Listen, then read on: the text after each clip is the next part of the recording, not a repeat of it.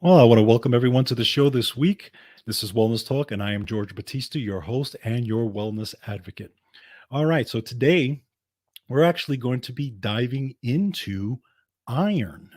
So many people have iron problems, whether it's iron deficiency or iron overload, but iron is probably the uh, the the most common mineral deficiency in the world. So we're going to dive into exactly why it is. So we'll dive into some facts, and this is from Wellness Resources. It's called "Important Things to Know About Iron Deficiency."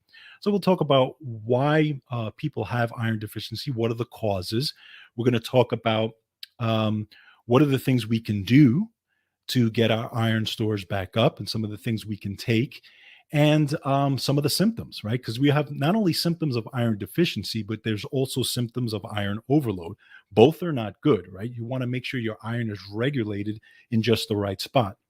But if you have it either way, there could be a myriad of symptoms. So we're really going to dive deep into iron this week, and we're going to show you exactly what are the mechanisms of it, and why you should care about iron in your blood, and what are the factors that can affect it. So very, very important information on it for those of you who have an interest in this. Then we're going to talk about vitamin B, or B vitamins may reduce the risk of stroke. And this is brand new information. This is from Zhangzhou University in China. And this is talking about, it was actually a big study, and it talked about how B vitamin supplementation actually reduced the risk of stroke. And this was a lot of people that participated in this study. So again, this is something that's very, very important for those of you who want to make sure that you are nutritionally fortified with your B vitamins. Many, many reasons why people can be B vitamin deficient. And I think it's going to be of interest to you to make sure that you are getting the nutrition that you need, specifically B vitamins. Now, before we dive into those, there was a major supplement victory this week, and this past week, actually. Those of you who listen to the show know that a few weeks ago, I talked about how Congress was trying to pass legislation that affected the supplement industry.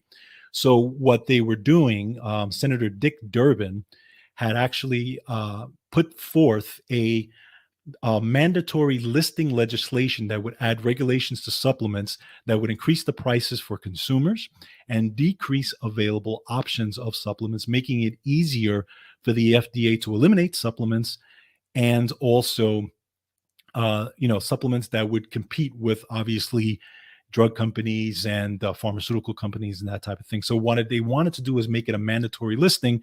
This way the FDA could actually have a say in supplement formulations, and if they wanted to get rid of something, they could. Well, there was a major victory this week because the congressional leaders reached an agreement for the reauthorization of FDA user fees, which was part of this whole legislation, but the package did not include mandatory product listing for supplements. So that's a huge victory here. Now, that does not mean that that it's all great and peachy and roses, because they're thinking, and the Alliance for Natural Health has talked about this, they're thinking that they might try to pass it in other legislation at the end of the year. So those of you who have written your congressmen, written your local leaders about this, thank you for doing that, because it's very, very important. But we have to continue the pressure, because again, this past, or at the end of this year, there could be more legislation that can try to sneak that in there. So they're still trying. They're still trying. And folks, again, like I've said, if you really want to make sure that we don't end up like the European Union and what they've done, because they've actually had restrictions put on the supplements and the amount of nutrients and the amounts that can be actually put into those supplements in Europe.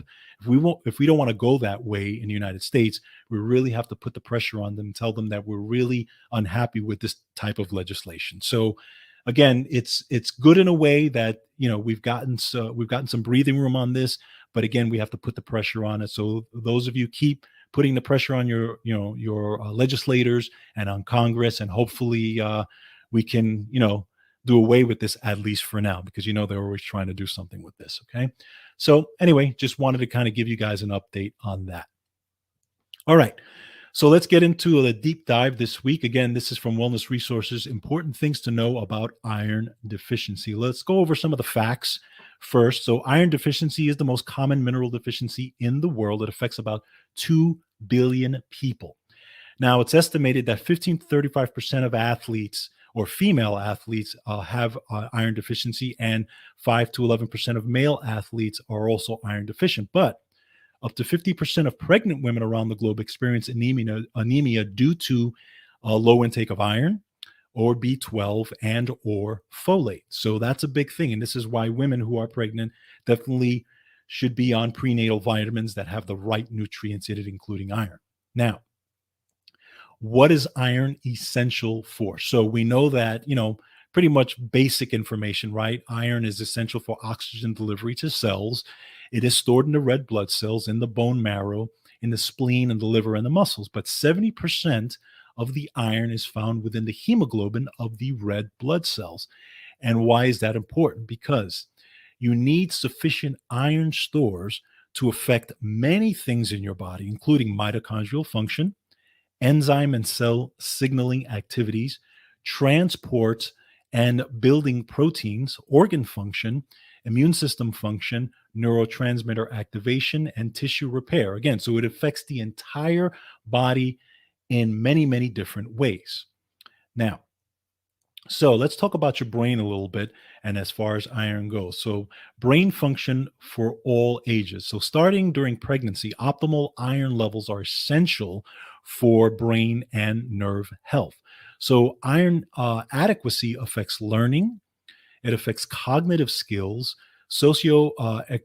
emotional skills, coordination, balance, and movement. So infants and young children need iron because otherwise, all those things suffer. Right? Iron is very important to a growing child, not only a growing fetus, but a growing child once they are born. Right?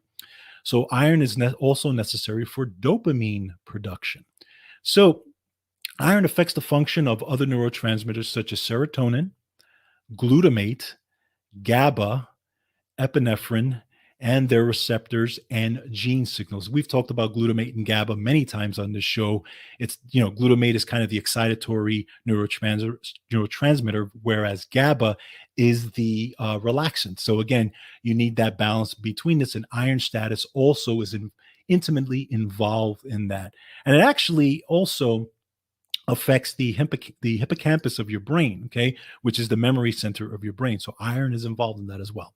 Now, iron is required to produce also what's called the myelin sheath of your brain. So in your brain, you have this myelin sheath. It's actually a fatty insulation layer around the nerves of your brain. So again, you have it's fatty tissue, so it's a lot of DHA or fat in there. Cholesterol is involved in that as well, and then iron is involved because it's required to produce that myelin sheath in the first place.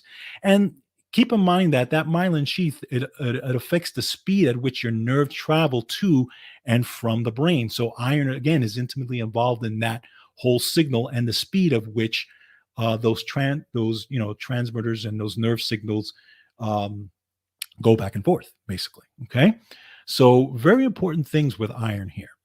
Now, let's talk about some things that iron or low iron is linked to. So we have jumpy legs or nerve irritability. So we have low iron is linked to 6.5 times increased risk of fibromyalgia, which is related with changes in pain processing mechanisms in the brain and in small nerve fibers. So those of you who are dealing with fibromyalgia, just know that iron is a part of that whole system. And by the way, restless leg syndrome, okay? So making your legs feel jumpy as you sleep, that's also part of that as well.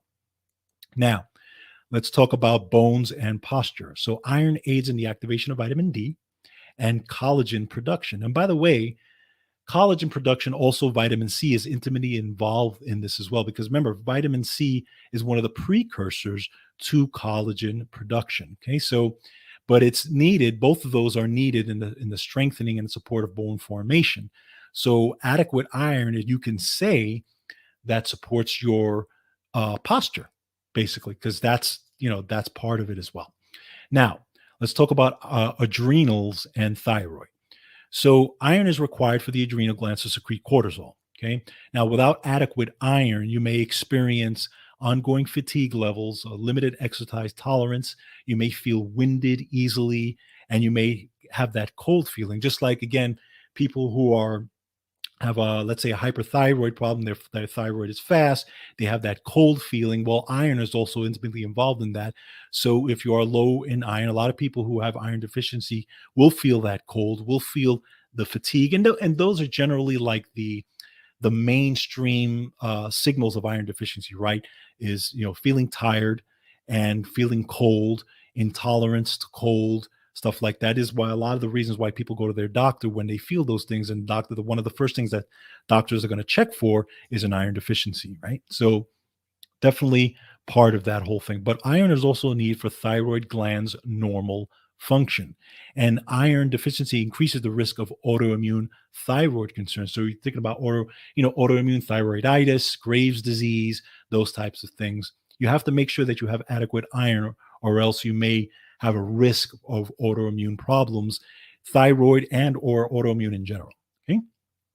Now, next, we're going to talk about obesity, inflammation, and other health concerns that contribute to iron deficiency. So, what contributes to it? We have menstrual blood loss. Obviously, women every month have that, menstrual blood loss. That definitely plays a role in iron deficiency. GI bleeding, celiac disease, intestinal infections, gastrointestinal cancers, hernias, any kind of bariatric surgery can affect it. Diverticulosis, gastritis, fatty liver, chronic hepatitis, H. pylori infection, and bowel obstructions. All that can lead to iron deficiencies. And by the way, another thing that is not commonly known is that viruses and bacteria actually have been known to take up iron. So there are many specifically viruses as well. There's many studies on this where viruses actually use iron to proliferate. Okay. And viruses depend on iron in order to efficiently replicate within living host cells. And actually, some viruses actually selectively infect iron. So that's part of an issue as well. They actually use iron to replicate, proliferate all around. So, just some things to think about when it comes to viruses and bacteria. A lot of there needs to be more studies on it, but there have been some major studies that have shown that. Now, what about medication? Medication is a biggie. It's huge when it comes to iron deficiency because there's so many medications. One of the big ones is what's called a proton pump inhibitor. Now, you may know it as Prilosec, Prevacid, Protonix, and Nexium. These are the medications that are given to people who have acid reflux. And what does it do? It basically takes the stomach acid out, or lowers the amount of stomach acid, and it actually hinders digestion. So yes, people may feel better when it comes to dealing with acid reflux, but there's damage happening on the other side. Why? Because number one, you're not able to digest food properly. You need stomach acid to digest food, plain and simple. Stomach acid is needed. And if you don't have enough stomach acid, you're going to find yourself having a problem digesting food. And therefore, you're going to have a problem digesting nutrients.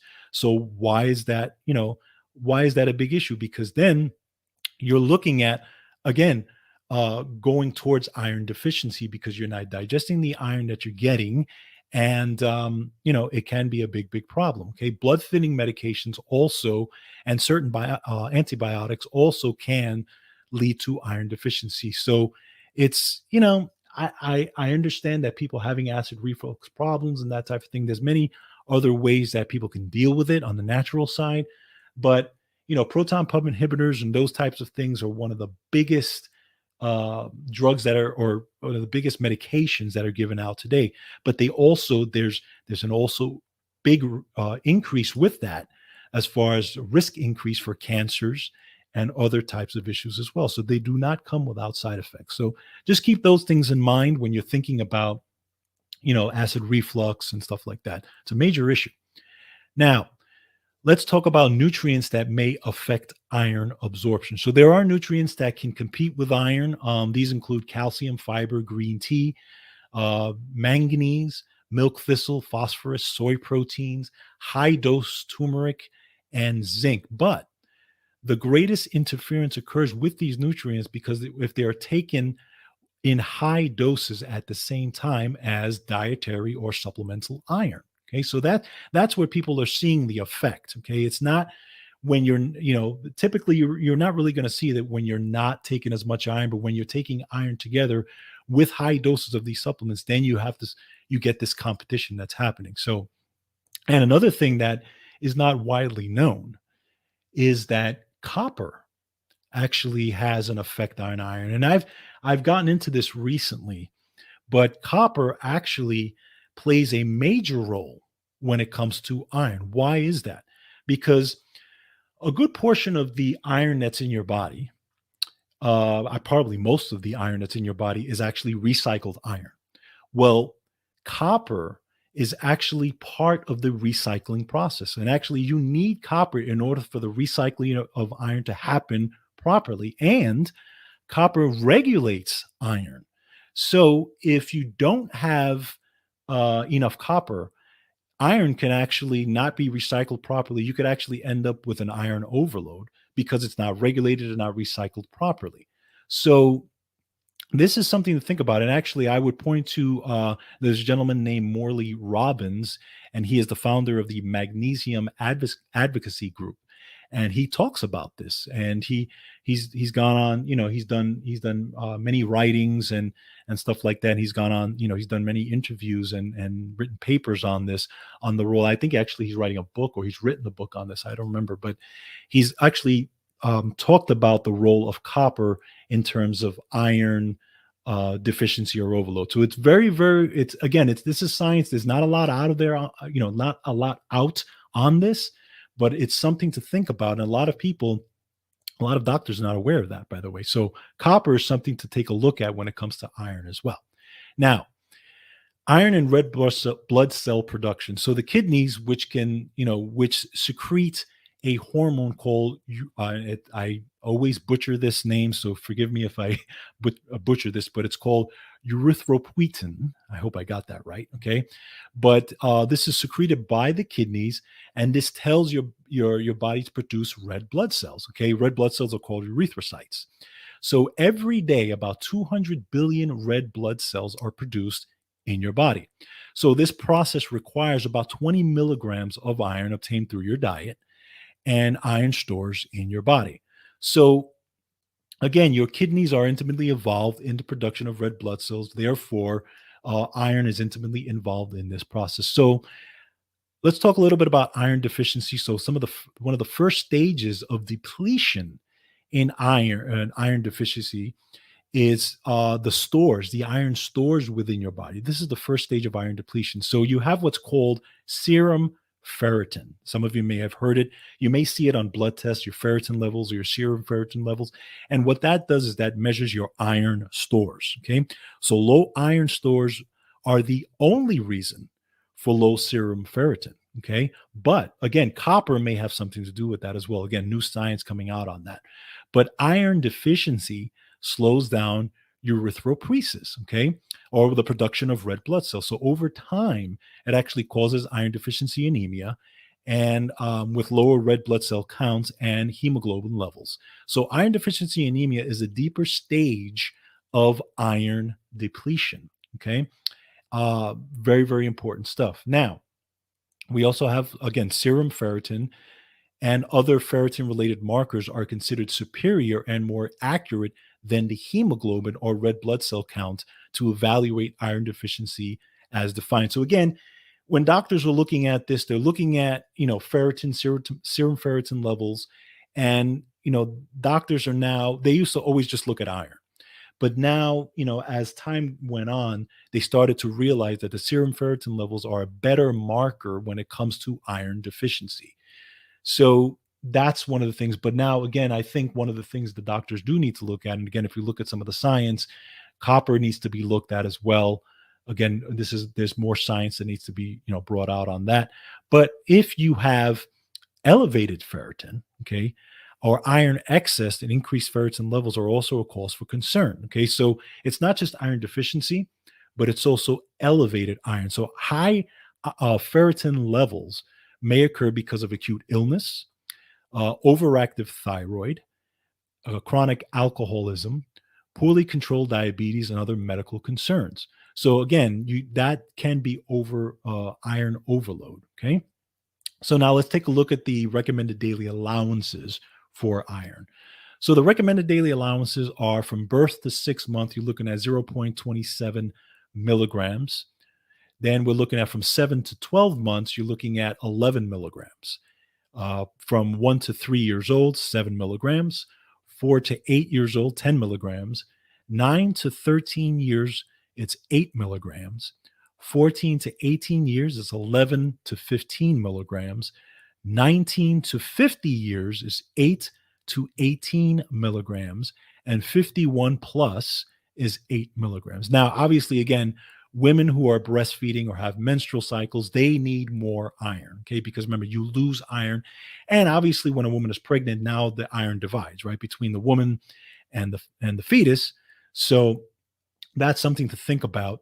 And also people, or women or who are pregnant and or on plant-based diets, or people in general that are on plant-based diets, you also have to kind of heed that warning as well, making sure you're getting enough iron, because again, plant-based diets tend to be a lot lower in iron. And I know a lot of people who are anemic, who are vegetarians or vegans, and they're anemic. And a lot of times it's because they just don't eat enough of the iron. They don't have enough of the greens. They're not eating enough of the um, nutritious nutritious diet to get enough iron or replace the iron that they would have gotten from a meat-based diet. So it's a trade-off. You have to really, but it's something you really have to take a look at. Now, what are the best sources of iron? Okay, so we have, obviously, everyone knows the red meats, the poultry, the seafood, the eggs, legumes, spinach, tomatoes have iron, nuts, grains, even dark chocolate has iron, by the way.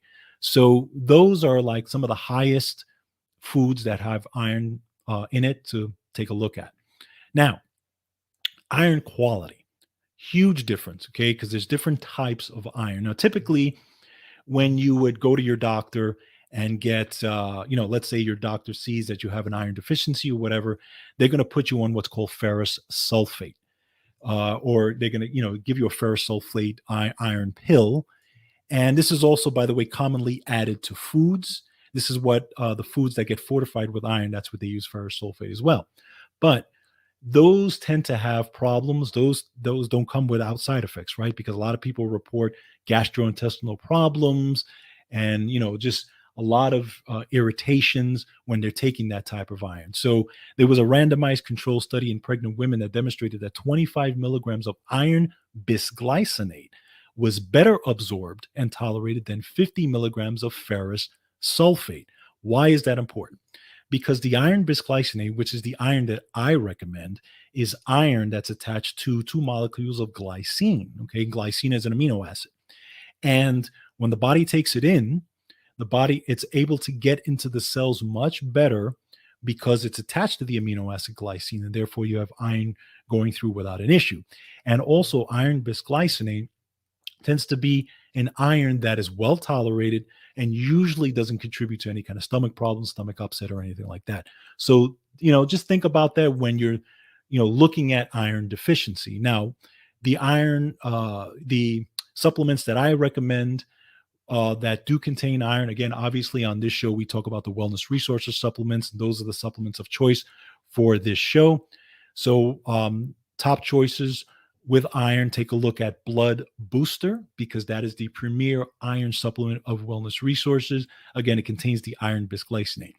Now, for those of you who are pregnant, you can take the daily prenatal multiple vitamin. Again, it contains iron, the iron bisglycinate, and then the children's super mini multi for the young kids who are growing and need iron. Okay.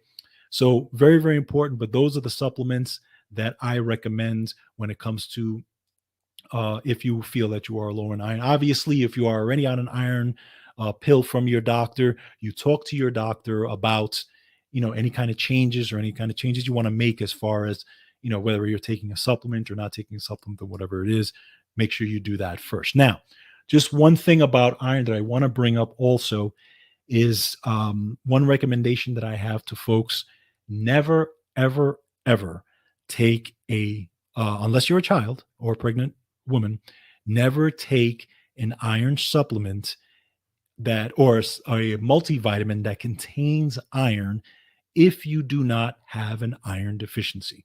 Okay, there are many multivitamins out there that do contain iron, and it's just part of their multivitamin formulation. Do not do that, because it's more often than not, if your iron status is fine, that you have more iron in your system than you need, or you have enough iron. If you take a supplement that contains iron and you do not have an iron deficiency, that can actually lead to iron overload, which can cause problems. So again, do not take a multivitamin that contains iron if you are not iron deficient. So just my little warning there, just keep that in the back of your mind. You don't want to mess around with it. The supplement that I take, as far as daily energy multivitamin with wellness resources, does not contain iron, because they know exactly how to formulate it. They know what needs to be done as far as those formulations that they've worked with. So very, very important. So at the bottom line is, know your iron status. And these are just some things to think about in the back of your mind when you're looking at iron deficiency or iron overload. But take a look at it. Very, very important stuff. But I think it's worth checking out. Okay, next. Vitamin B may reduce risk of stroke. And this is from Zhangjiao University, September 23rd, brand new information on B vitamins. So this was a study that uncovered that vitamin D supplements could help to reduce the risk of stroke, according to a study published in the journal Neurology. Very, very important. So I'm going to read directly from the study. In order to determine the role of vitamin B supplements in the risk of stroke, Professor Yuming and colleagues analyzed 14 randomized clinical trials involving a total of 54,000 participants. All studies compared use of vitamin B supplements with a placebo, or a very low dose of the vitamin. All participants were then followed for a period of 6 months. Results of the analysis reveal that the participants taking the B vitamin supplements had a 7% reduced risk of stroke, compared with those taking the placebo supplements or a low dose of B vitamins. That's a huge 7% risk of stroke. You can't find a prescription medication that will do that, right? So very important. This is why it's important, again, to make sure that you are nutritionally fortified, especially with your B vitamins. Now, it's not easy to have a B12 deficiency, okay? You can, but if everything's working well in your body, you should have a B12 deficiency, but at the same time you can, because the reasons why you can, for example, would be, let's say you have what's called a polymorphism, right? What's called a SNP, or a single nucleotide polymorphism, where a person does not process B vitamins properly or folate properly. So in those instances, again, my wife was one of those folks. In those instances, yes, you definitely want to make sure you are taking the active form of B vitamins. So when you were looking at the active form of B vitamins, when you're taking a look at supplements, you want methylcobalamin or adenosylcobalamins. You want to make sure you're looking at your B12 supplements, and they have to have those names, because those are the active forms. When you're looking at folate, you're looking at, it will actually say folate, or it will say tetrahydrofolate, something like that, but it should not say folic acid, because folic acid is not well tolerated in the body, and it's actually the inactive form. And the body doesn't really use folic acid well. It needs folate. That's what it converts into. But a lot of people have a problem converting B vitamins. Now, the B vitamin conversion happens, there's a gene that actually helps this conversion process. But again, if you have a genetic polymorphism, that can be a problem, because you may not be converting it.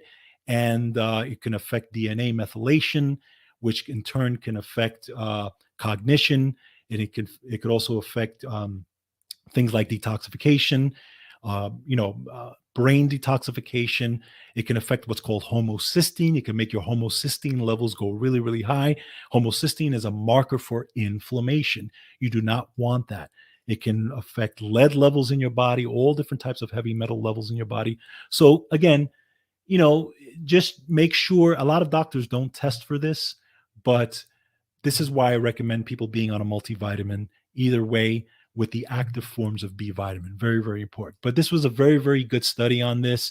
A lot of I mean, this was 54,000 participants. So this is not a small thing. And a 7% reduction in the risk, is huge. And this risk is very, very huge. So just something to think about. Okay. But good science on this. And it's something you should keep in the back of your mind when you're looking at taking supplements and so on and so forth. All right. All right. So that's what we have for this week. Very good science. So we looked at the role of iron, and we looked at iron deficiency and iron overload and some of the things you can do and some of the natural things you can do as far as making sure that your iron is effective, or your iron, you have iron in the right ranges, some of the supplements you can take if you have iron deficiency, and some of the things to look out for. Then we looked at the study of B vitamins in terms of stroke, and how those B vitamins have a 7% risk of risk of stroke, or reduce the risk of stroke by 7%. Huge information. And again, those of you who are you know keeping tabs on the supplement regulations that are coming out of Congress, make sure you continue to do that. You can go to Alliance for Natural Health, and they will have some good updates on that. Okay, make sure you go to georgebatista.com, by the way, to check out all the articles that we go over, and make sure that you like, share, and subscribe. Don't forget. Okay. All right. So hope you guys have a great week. Take care of yourselves and each other. And as always, don't forget to control your health. Have a great day.